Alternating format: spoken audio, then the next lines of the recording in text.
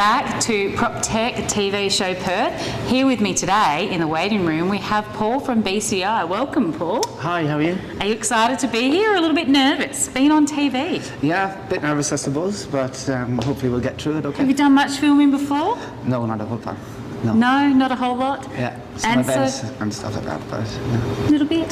events. Oh, events. And Oh, conferences. right. Yeah. Okay. All right. Well, you've gone through the hair and makeup and the costume departments very well. So well done. And you've just started to wanting to come into the prop tech scene in WA. So what makes you want to be involved?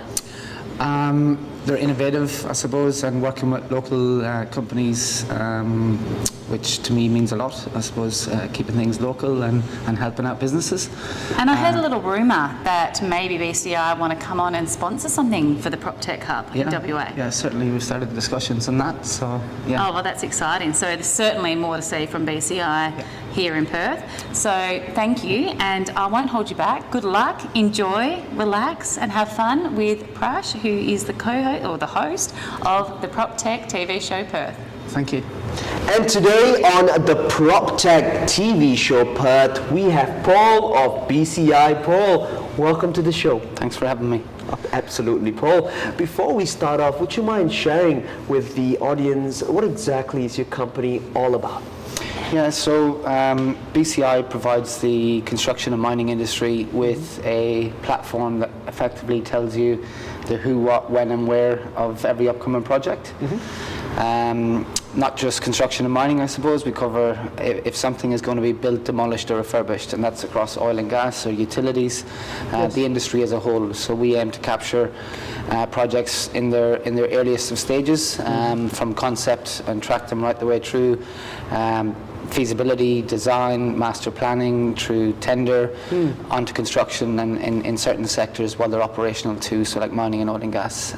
That's excellent, Paul. So yeah. And obviously both construction and mining over the last 2 years, we've seen a massive growth here in WA. Yep. What has your biggest challenge been as part of growing your company?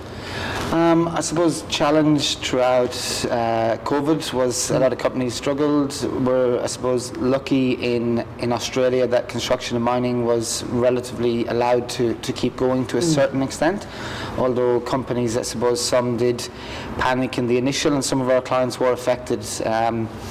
I think the biggest challenges now, which we'll probably see through for the next year or two, was unfortunately the 2 years of locked borders. That's right. So less workers and workforce, slowing up some projects and getting some products to those projects. But on the positive side, lots of projects got designed throughout those phases. So if there was a project, like the boots on the ground weren't allowed to site, projects were still being designed. So there was a lot of architectural work, but also engineering work and feasibility studies going on that could be done from, I suppose, once you have a computer, rather than being boots on the ground. So on a positive note, there's things are looking up, but hopefully we'll start to get more workers into the States. So. I think it will happen before we know it, especially now that we're looking at about 50,000 jobs that needs to be filled. So the idea behind the skilled migration will really propel our industry forward as well. Yes. And Paul, would you mind sharing with the audience what was the technological side of your business? So what is the software involved in delivering your service? Yeah, so I suppose it's, if you scrape all the software back, we're a research company at the helm. So we have between 300 and 400 full-time researchers that are actively updating the system with Intel every day. Incredible. And I suppose we've made that look sexy with the software and turning more into a SaaS business now, with where it's being developed into is more like a project-based CRM system. With the launch recently of our new lead manager tool. Brilliant. A new analytics tool, which uses our intel from the past to help companies predict the future. So it's pretty nifty. Yes. So a lot of development. We've got a lot of in-house IT developers. So they're working around the clock with there's new innovations coming out all the time. Exciting. Yeah. Congratulations once again on the launch of those two tools. I'm sure your clients are currently benefiting from it. Now that we are in mid-2022, where do you see the rest of your year going for your company? So further app developments. Each 3 weeks, we're pushing out new developments through the software. So we've launched this new software because it's been built on a new infrastructure to allow us to, I suppose, listen more to our clients. If they like certain features, we can now implement them on the IT infrastructure it's now developed on. Yes.